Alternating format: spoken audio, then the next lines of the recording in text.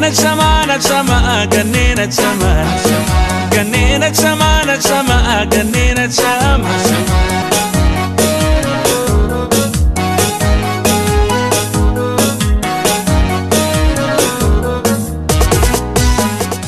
Nagaan keenya kabajaaf jaalala bakka jirtan maratti sinaa dhaqqabu akkam jirtu daawwattoota keenya qophii ganni keenya torban kana isin biraan ga'uudhaa fi barreessituu kitaaba Gola Harmee Daraartuu Caalchisaa waliin turtii qaban egaa golli harmee maal akka of keessatti qabatee jiru Daraartuurraa kan waliin barannu ta'a qopheessuun kan isin biraan ga'u Daraartuu Garbaati gama ogummaa kaameraatiin Oliyaad Badhaasaan faana jira isinillee hanga xumura qophii keenyaatti nu waliin tura.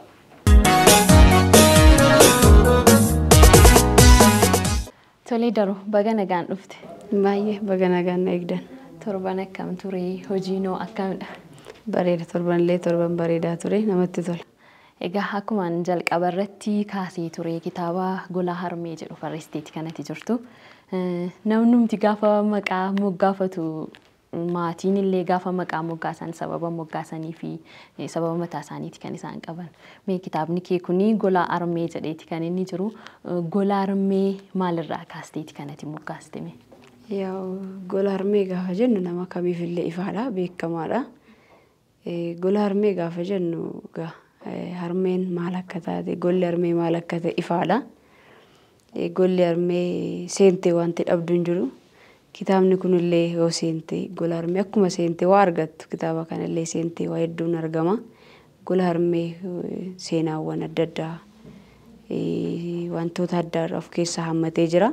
So kanarraa qabatee Gola Harmee kan jedhedha.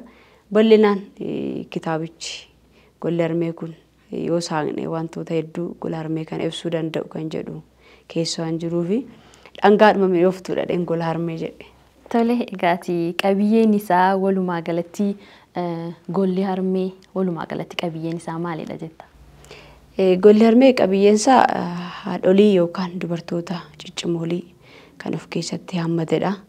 Haadholiin keenya gaafa nu guddisan maal akka gochaa turan osoo nu guddisanii barnoota isaanii osoo baratanii biyyatoo bulchanii mirga keenya illee osoo nu kabachiisanii harmeewwan seenaa gurguddaa hojjetan akka addunyaatti jiran kan hammatedha.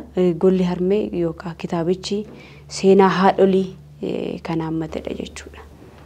Hayyee egaati kitaabicha hedduu isaa ilaaluu baadhus xinnoo ilaaleeti kanan ture. Aadaas qabaa, siyaasas qabaa, dinagdee gama dubartootaa wantoota adda addaati kan inni qabu. Mee akkamittiidhaan waa'ee dubartootaa wajjin wal qabsiistee kanarratti barreessite? Hayyee egaa akkuma siin jedhe gola haadhaa yoo jennu wantoota hedduu of keessaa qaba. Harmee yookaan haati tokko yookaan dubartiin tokko dinagdeedhaan ka'uu qabdi. Gahee ishii bahuu qabdi. Biyya bulchuu keessatti gahee ishii bahuu qabdi. Bahaanillee jirama. Kuni wantoota hedduudha. Dubartiin tokko gaa'ela keessatti mana ishiin bulchiti, dhala ishiin guddisti. Asumarra ceenee immoo hawaasa keessatti immoo dubartoonni maal fakkaatu? Hawaasa keessatti maal fakkaatu? Fakkeenyaaf kitaabichuma keessa jira aadaa Oromoo keessatti dubartiin tokko yookaan shamarreen tokko yookaan haati tokko gahee akkamii qabdi? Mirga akkamii qabdi? Fakkeenyaaf haadha siinqee kaasuu dandeenya. Haati siinqee yeroo lolaa, yeroo nageenyaa, yeroo dubartiin heerumtu gahee isaan godhaa turan maal fakkeenya guddaadha jechuudha. So kanarraa ka'ee qabiyyee hedduu bal'aa kan of keessaa qabudha. Boqonnaa 6 qaba. Peejii fuula 150 of keessaa 153 of keessaa qaba. Bal'aadha. Kana fakkaata. Tole jalqabumarraa kan ittiin eegaltee waa'ee feminizimiiti. Mee feminizimiin maali mee daawwattoota keenyaaf nu ibsi? Hayyee feminizimii gaafa jennu falsamoota dur turan yookaan hawaasa keessa turan xiyyeeffannoowwan dura turan jijjiiruu yookaan mirgoota adda addaa turan yoo wantoonni hin turre wantoota calaqqisiisan kana fakkaatu. Tole gaatii namni tokko gaafa kitaaba barreessu wantoota adda addaa searchi godheeti kan inni barreessu gadi fageenyaan illee amma fakkeenyaaf waa'ee dubartootaa irratti hojjetteeti kanatti jirtu gadi fageenyaan waa'ee dubartootaa qorattee jirta jechuudha. Mee yeroo waa'ee dubartootaa qoratte keessatti waa'ee dubartootaa irratti addatti waan atirraati hubatte ofii keetiif maaltu jirame? Hayyee yeroo kitaaba kana barreessutti qorannoo adda addaadha. karaa adda addaa qorannoo adda addaan argatta kan Google gootee argattu jira kan seenaa adda addaa irraa dubbistu ni jiraata wantoota karaa adda addaa informationii gargaraa hin fudhatta. Kana hojjedhe keessatti kitaaba kana gaafa barreessu dubartiin akkamii ilaalu kan jedhu sanarratti dubartiin cimtuu ta'uu ishee. Bara kana osoo hin taane bara durii mirgi keenya dhiibbamaa ture.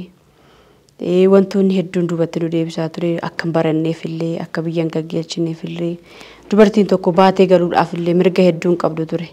Dubartoonni sanarratti dubartiin tonni durii seenaa adda addaa hojjetanii jiru. Dhaabbata adda addaa kan hundeessan jiru.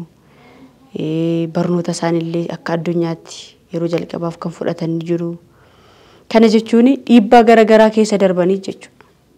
Yaa siif ifaadha yaada. Dubartii jechuun mataa isaatiin iyyuu qormaata. Dubartiin mana gaafa ijaarrattu, barnoota ishees illee gaafa jammartu, wantoota adda addaa wantoonni adda addaatti dhufuu danda'u. Sanuma garuu dandeessee barachuun ni qaba. Dhalas guddisuu ni qaba, heerumuu ni qaba, gaala ishee qabachuu ni danda'a jettee mirga isheen kabajamne sana irratti dhiibbaa kan godhan jiru jechuudha.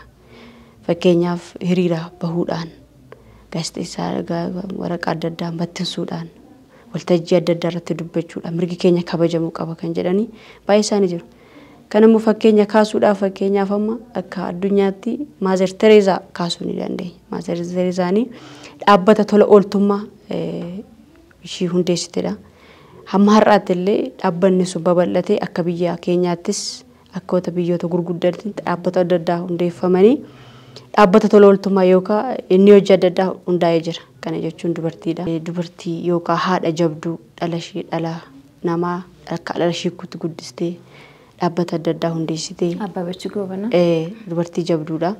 Isaan kakkaasuu hin dandeenye. Muraasa isaaniidha. Baay'ee jiru muraasa isaanii kana fakkaatu. Kana jechuun yaa yeroo sanatti wantoonni adda addaa isaan mudatuu ni danda'u.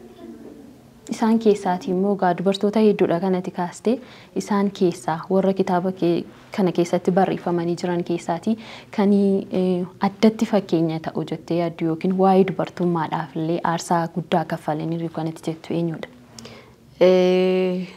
Anaaf aarsaa guddaa kaffalteetti kan hin jedhu dubartii Oromoo jabduu tokko Bilillee yookaan Muhabbaa kan jedhamte dubartii gurguramte seenaan ishee gurguramee eenyummaa ishee gurguramee lammii biyya Jaarman mootii kan ta'e gurguramtee deemte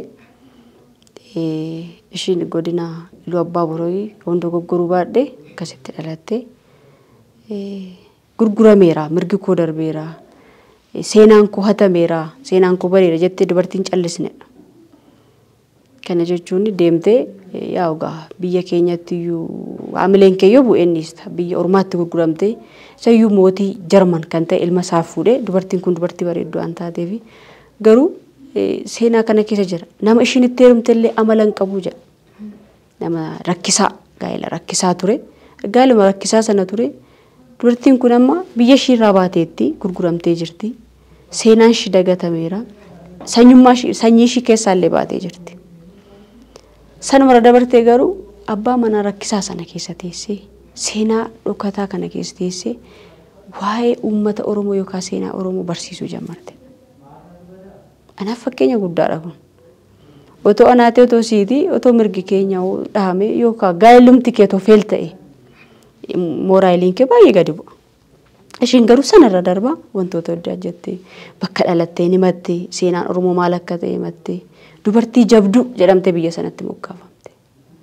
Dubartiin baay'ee ajaa'ibsiifadhuu fi intala jabduu Bilillee yookaan Muhabbaadha. Kana fakkaata. Dubartoota hedduu kana keessaati Bililleen dinqisiifadha jetteeti kanatti jirtu. Meegaatii durii yeroo durii dubartootni hedduun isaanii kana keessa jiranii kan duriiti. Addunyaa irratti cimoo kan ta'anidha hundumti isaaniiyyuu. Yeroo durii dubartootni akkuma amma jette kana haalota hin mijanne keessa ta'anii dure egaa akka ammaa kanallee miti safuu aadaa waan jedhu dubartii gadi qabuun ni jira. Wantootuma akkasii keessa ta'anii haalota rakkisoo hin mijanne keessa ta'anii wantoota gurguddaa waa'ee dubartii irratti hojjetaniiti kan isaan jiran akkuma seenaa isaanii qorattee turte. Mee cimina dubartoota duriif dubartoota ammaa akkasumas immoo seenaa dubartoota duriif seenaa dubartoota ammaa akkamiin ilaalta? Seenaa dubartoota durii fi amma kompeer gochuun natti ulfaata. Sababbiin isaa dubartoonni durii tokko mirga hin qabanii. Mirga dubbachuu yookaan mirga barachuu akka barbaadan barachuu illee hin qaban turanii. Mirgoota adda addaa sochii adda addaa godhanii jiru.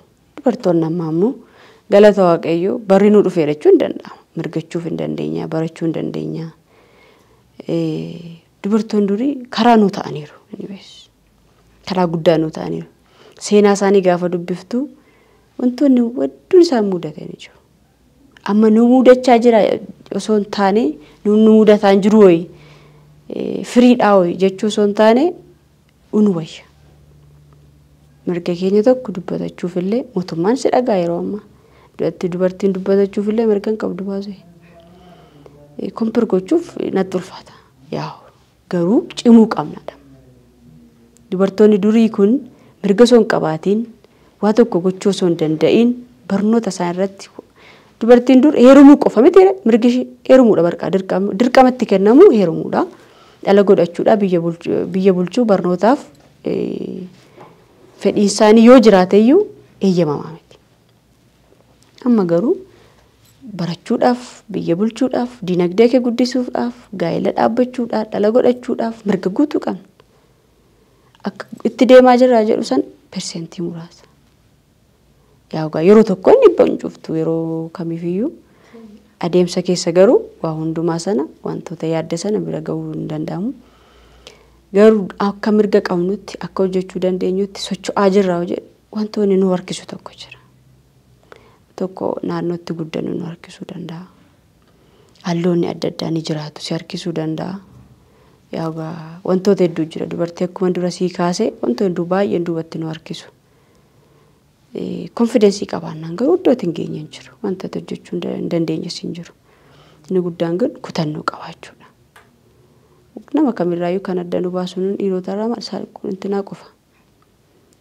Saala qofa. Kan ammoo hojjennee dubartiin baay'ee hojjetti baay'ee dhiiraa ol hojjetti. Maaliif nuti vaaliyuutti hin kennu laata kan jedhu sana malee. Amma yeroo ammaa kana faasoo ilaaltee jijjiiramaas dubartoonni hedduun kaanii jiru. Sadarkaa kantiibaa, sadarkaa ministeeraa, barnoota illee PhD isaanii fudhatanii akka Afrikaatti illee pirezidaantoonni baay'ee jiru. Fakkeenya akka Itoophiyaatti qabna. Kana caalammoo cimuu qabna. Kana caalammoo itti deemuu qabna barnoota keenya irratti. Biyya bulchuu irratti yoo ta'u biyya bulchuu irratti iddoo adda addaa gaafa deemnu mirga qabna gara hojii gaggeessaa tokkotti dhuftee hojjechuudhaaf ግን gaa'elaa fi gaggeessummaan in ulfaata kan jedhamu tokko sammuu keenya keessa jira. In ulfaata sirriidha. Ijoolleen dhufti mana bulchitee ijoollee kee maal jettee gaafa biyya bulchuutti dhuftu alaafinnati sitti kennamu yookaan itti gaafatummaa sitti kennamu maal ta'a dachaa dirribii sitti ta'a. Sun no jedhanii immoo of daangeessan jiru. No hojjechuu qabna itti of kennanis jiru. Garuu biyya bulchuu qofa yoo jette hin danda'amu. Gaa'ela si barbaachisa. Gaa'ela qofa yoo jette biyya bulchuun si barbaachisa. Barnoota kee guddifachuun si barbaachisa. Kanaafuu hundumaa kompeer gootee adeemsa keessa dubartiin baay'ee cimtuudha. Itti amantee deemtanaan akka dubartii kutannoo qabaatte taanaan dubartiin iddoo ishiin hin geenye hin jiru. Waan ishiin hojjennes hin jiru. ግን itti amanuudha, itti deemuudha. Yeroo baay'ee immoo maali jechoonni adda addaa dubartoota ni mudatu. Jechuun haamilee wanti cabsan haamilee jechoota adda addaa si kaase akkuma dura naannootti dhufne sanallee saalfannaa adda addaa nu jiraata. Ani akka kootti maal jedha kan si uume Waaqayyo uumaa kee qofa sodaachuudha. Nama kamiif kabaja laata? Namoota kamiif kabaja laata? Garuu hojii kee hojjettee mul'isuu qabda. Namni kamiyyuu liidsu gochuun qabu. Jechuun of liid of gootee hojii hojjetu tokko of gootee murtoo mataa keetiin adeemuun barbaachisaa ni fakkaata. Tole egaati kitaaba kee keessatti ga'ee dubartoonni jireenya hawaasaa keessatti qaban kan jedhu wayii jira. Mee dubartoonni ga'een isaan qabanii jireenya hawaasaa keessatti maalidha jettee yaadda? Dubartoonni ga'ee isaan qaban ga'ee guddaadha. Daa'imman guddisuu mana isaanii dubartiin tokko manan dhaabbatti. Gahee guddaa itti kennama. Yaa akkuma beekamu dhiirri ammallee wayya malee dur abbootiin keenya teessoorraan kamiti teessoorraa kan harka isaanii illee niqatan. Sana gahee gurguddaa baate jechuudha dubartiin. Yeroo tokko illee baatee yeroo qottu illee jirti baadiyyaa yoo buunu baatee illee yeroo qottu hin jirti tokko illee hin qonni jira. Gaafa gaa'ela dhaabbattu immoo gahee gurguddaa hojjetti jechuudha. Gabaan deemti. Uffata maatii ishii ijoollee ishii miicciti. Gaa'ela ishii tordofa jechuun ni danda'ama. Abbaan manaa sana hin fuudhee wantoota barbaachisan kenna malee kan gahee guddaa taphate haadha jechuudha yookaan dubartii sana jechuudha. Gahee gurguddaa hawaasa keessatti dubartiin iddoo olaanaa qabdi jechuudha. Mee kun immoo gara baadiyyaatti yeroo ammaa kana wanti kun cabeera jettee ni yaaddaati? Cabeera jechuun natti ulfaatana. Naannoodhuma dhalanne irraa yookaan cabeera kan jedhu sana nan amansiisu. Fooyya'eera osoo jennee bareedaa natti fakkaata. Akkamittiin sirreessuu dandeenya ammoodha? Yaa beeku akkamittiin ibsa. Nu ulfaata maaliif siin jedhee beekta ammallee tuma garuma naannoo dhalanne too deemtee gara naannoo gara baadiyyaa deemtee fooyya'eera xiqqoo fooyya'insi jiraatuu danda'a. Gin dhibbaan dhibba balleessinaa ta'e baduuyyuu hin danda'u. Adeemsuma keessa yoo deeme maaliif aadaa yookaan safuun tokko nu qabee jira waan ta'eef safuun aadaa Oromoo cabuun qabu kabajamuu qaba. Garuu dhiironnis yaa mirguma dubartootaa kabajanii qixuma too sheer walii goone hojjenne bareedaadhuma natti fakkaata. Hayyee haala jiruu fi jireenya dubartoota Itoophiyaa gama diinagdeen akkamiin wal bira qabdee ilaaltame? Jiruuf jireenya dubartootaa yookaan haala diinagdee yoo dubartoota biyya keenyaa ilaalle fooyya'aadha. Amma muraasa gahaadha kan jedhu of keessaa hin qabu jechuudha. Dubartoonni keenya persentii 100 keessaa persentii 25 yoo guutan influensi kan godhaa jiran jechuudha gara diinagdeetiin. Investii adda addaatiin hojii uumuu adda addaatiin muraasa isaaniiti. Yoo jiraatanis immoo gara fuulduraatti maaliin cover ta'u abbaa mana sanaatiin yookaan abbaa manaa isaaniitiin cover ta'u jechuudha. Baay'ee namoota baay'ee tolaltee duuba isaanii namoota ka'aniiru dinagdeen isaanii jabaadha jedhamtu qaafatteeti ka'umsi kee eenyu osoo jettanii haadha manaa koo jedha.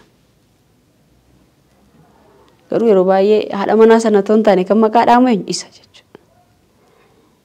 Kanaaf baay'een isaanii gara fuulduraatti amma dubartoota hedduu kakkaasuu dandeenya. Dhaabbata raayidii maamaa milkii yookaan dhaabbata aannanii maamaa kan jedhu tokko jira. Dubartoonni influensi godhanii bahan jiru muraasa isaanii jechuudha isaan kun. Gahaadha kan jedhu sanaaf gahaa miti. Anillee atillee jabaanne dhaabbatu walumatti illee dhufne dhaabbata yoo hundeessine dubartiin tokko dandeettii ishiin qabdu mul'isuu qabdi. Akkuma siin jedhe dubartiin kamiyyuu dandeettii hedduu qabu baay'ee dubartoonni. Sana utuu mul'isamee utuu hojjetamee milkeessuu hin dandeenya baay'ee. Amannee ittiin galluufi malee dubartiin kamiyyuu hojii kamitti kennite hojjettee fiduudhaaf uumtee uumuudhaaf milkeessuudhaaf hin dandeessi. Gin waan akkuma siin jedhee wantoonni baay'een duubatti baagguudhaan jiraatu. Egaati wantoota duubatti nu deebisuutu jira jechaati kanatti jirtu fooyya'aadhasii jechaati kanatti jirtu. Kitaabni kee kun immoo gama diinagdeen isa ta'uu siyaasaan waa'ee dubartootaa irratti mee waan akeeku ni qabaa laata? Gara fuulduraatti kitaabichi kana akeeku jabaannee hojjechuudha of jijjiiruudha.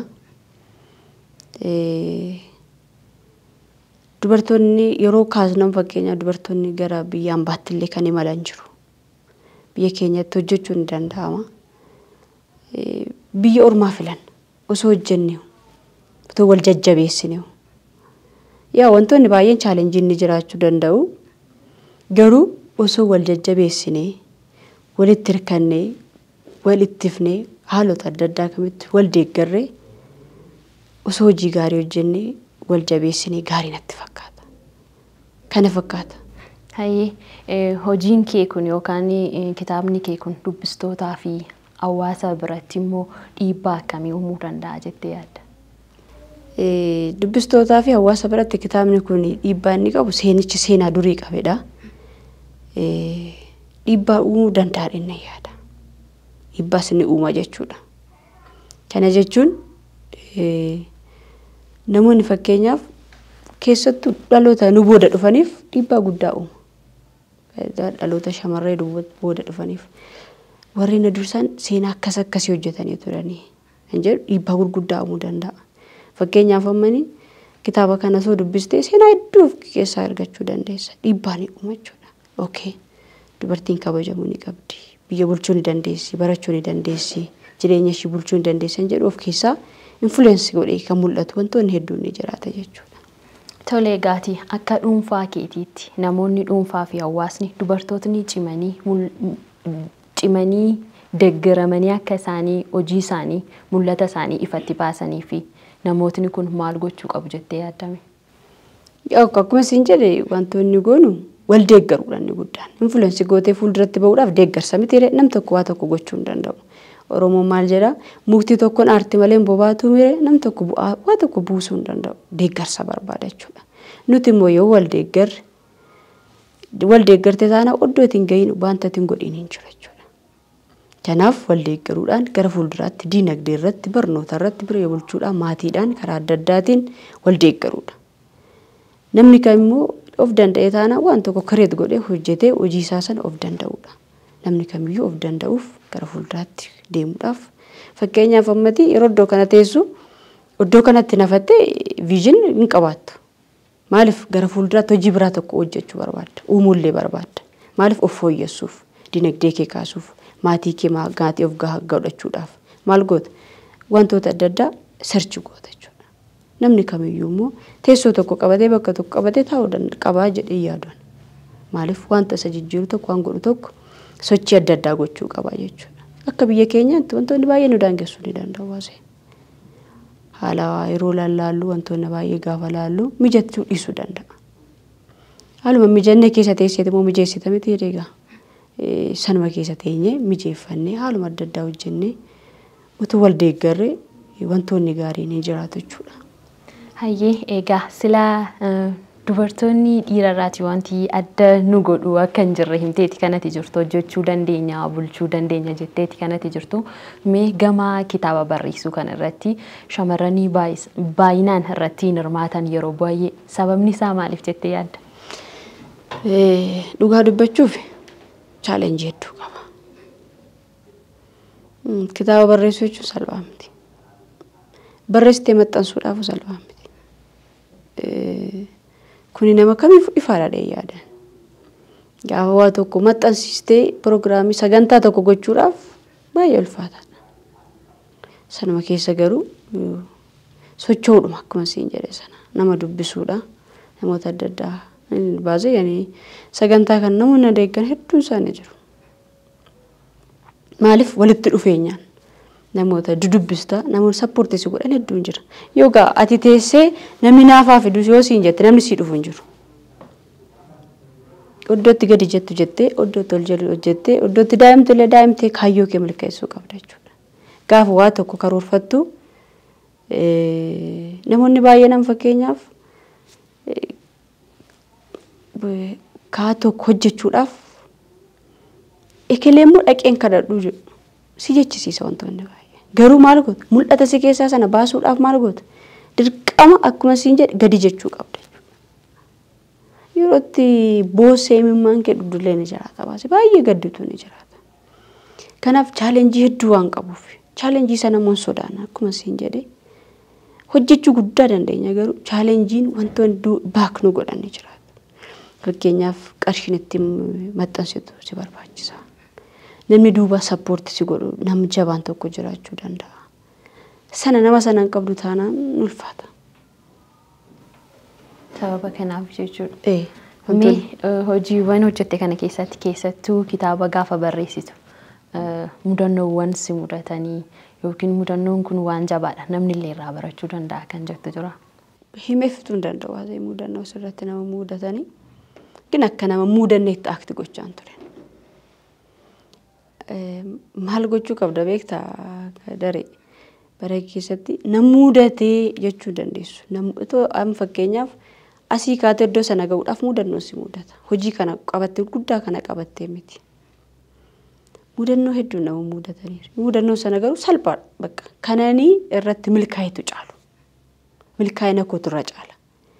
Milkaa'inni koo kun immoo salphaatti naa dhufuu danda'a kana jedhu sana of keessaan qaban. Namni mudannoo adda addaa isa mudatee yerootti abdii kutattee bakka naga'e iddootti jettu ni jiraata baasee. Sana mara dabartee iddoo kana gaafa geessu mudannoo hedduu ni jiru. Mudannoo sana caala garuu osoon milkaa'ina koo haasee natti tolana. Milkaa'ina kootu caala waan ta'eef. Ilmoon namaa gaafa waa tokko hojjechuuf ka'u mudannoo adda addaa ni mudatan. Mudannoo sana dhiisnee duuba keenyatti gannee gara milkaa'ina keenyaatti imaluudha. Kanan na mudate guyyaarraa guyyaatti si mudachaa oola waan ta'eef tarreessitee fixuu hin dandeessu. Gaafa garuu dhumarra geessu milkaa'ina keetu hamma guddaadha. Yeroo baay'een uumamuma kootti mudannoo na mudannootu nan ajaa'ibsiifadhu. Maaliif gara fuuldura koo milkaa'inni akka jiru waan an beekuuf. Kanaaf mudannoo hedduun ni jiraatu. Mudannoo sana keessatti hafuu osoo hin taane jabaannee sochoonee akka milkaa'u gochuudha. Tarii mudannoo si mudate sana keessatti namni shamarranii egaa ganneen qophiimti gannee keenya yoo waa'ee shamarranii fi dubartootaati waan ta'eef dubartootni nu daawwachaa jiran illee mudannoo keerraa barachuu danda'u jedhee waan ani yaadeefidha. Keessattuu egaa shamarran kitaaba barreessan illee jiraachuu danda'u. Wantooti garaagaraa gaafa isaan mudatu mudannoo kee gaafa ittimteetu namootni abdii kutatan kun hojii isaaniitti illee akka ciman isaan taasisuu danda'a. Mee tarii namootni akkasii yoo jiraataniif illee gorsa akkamitti kanatti laattuuf? Mudannoon namoota hordofaniif dhaamsa yookaan gorsa gaariidha jedhee kan hin kennu. Waan biraa soo dhiifne biiroo tokko keessa gaafa hojjettu mudannoo adda addaa si mudata. Maaliif kan si kaffalu mootummaadha kan si qacare mootummaadha garuu achuma achitti mudannoo adda addaa hin jiraata. Suni waan biraadha. Kana garuu ofii kee nan hojjedhettee kaate. Maal ofii kee uumte waan ta'eef kireeta ofii kee goote ofii kee itti dhamaate waan ta'eef mataa keetiin. Ani yeroon kitaaba kana barreessu maxxansuuf koo bakka haafu jedheen yerootti ka'ee jira jechuudha. Maaliif uumama kootaan immoo gaafa waa tokko hojjedhu waan jabaa tokko hojjedhu finishiingii irra gaafa ga'e naasa'uu jammara. Gaafa qofaa keetti dadhabdee qabdu hin ulfaata. Ofuma koonuma ofitti deebi'ee no fixachuu qaba. Xumuruun ni qaba. Maaliif kutannoodhaan namoota na deeggaruu danda'u jedhee namoota 2-3 sikuriitiidhaan gaafa isaan si deeggaran jabaadhu kan akkas godhi gaafa dhan hamlee godhatta jechuudha. Kanaaf wantoonni dadhabsiisan hedduun ni jiraatu. Dadhabsiisaa sana keessatti jabaannee wanta itti dadhabne sana firee sana arguudhaaf itti jabaachuu qabna. Namoonni baay'een osoo kaafne shamarreewwan dubartoonni baay'een wantoota hedduu hojjetanii kireet godhanii baasuuf waan dadhaban faan sodaatan faa jiru. Maaliif wantoota isaan mudatan ilaalanii wantoota isaan mudatan sana mataa isaanii gararraa ta'e. Egaan gaafa laallu garuu kan nu mudate sanarra kan milkaa'ina keenya caala.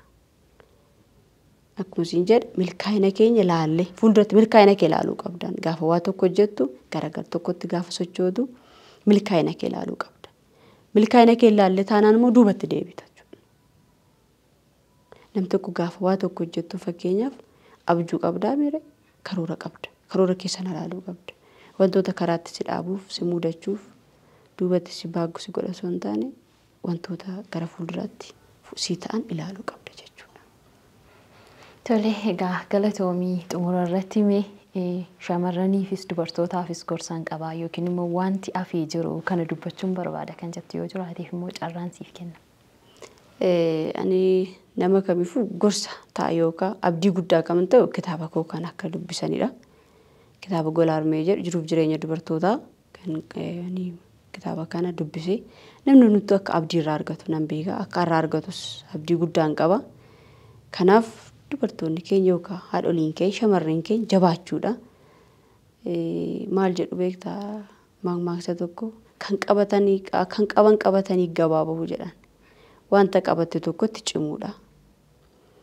Kanas qabdee dhiisuu otoo hin taane kan qabatte sana amma yoo dadhabdee dhiiste illee baasuu isin gaddisiisuun wanta qabdee dhiisuu hin danda'utti dhiisuur itti ciccituudha. Milkeessuudhaaf jabaachuudha. caalatti garuu kitaaba kana yoo dubbise namni hundiyyuu aamilee gaarii seenaa gaarii akka irraa argatu abdiin qaba kana fakkaata. Tole yeroo keetiif guddaa galatoo. Galfaadhu galatoomish. Daawwattoota keenya qophii gannii keenya torban kana Daraartuu Caalchisaa waliin taasisnee kan hanga ammaa daawwachaa turtanidha. Qopheessuun kan isin biraan ga'e Daraartuu Garbaati. Gama ogummaa kaameraatiin ammoo Oliyaad Badhaasaan faana tureera. Torbee keessummaa biraatiin walitti hanga deebinutti nagaatti.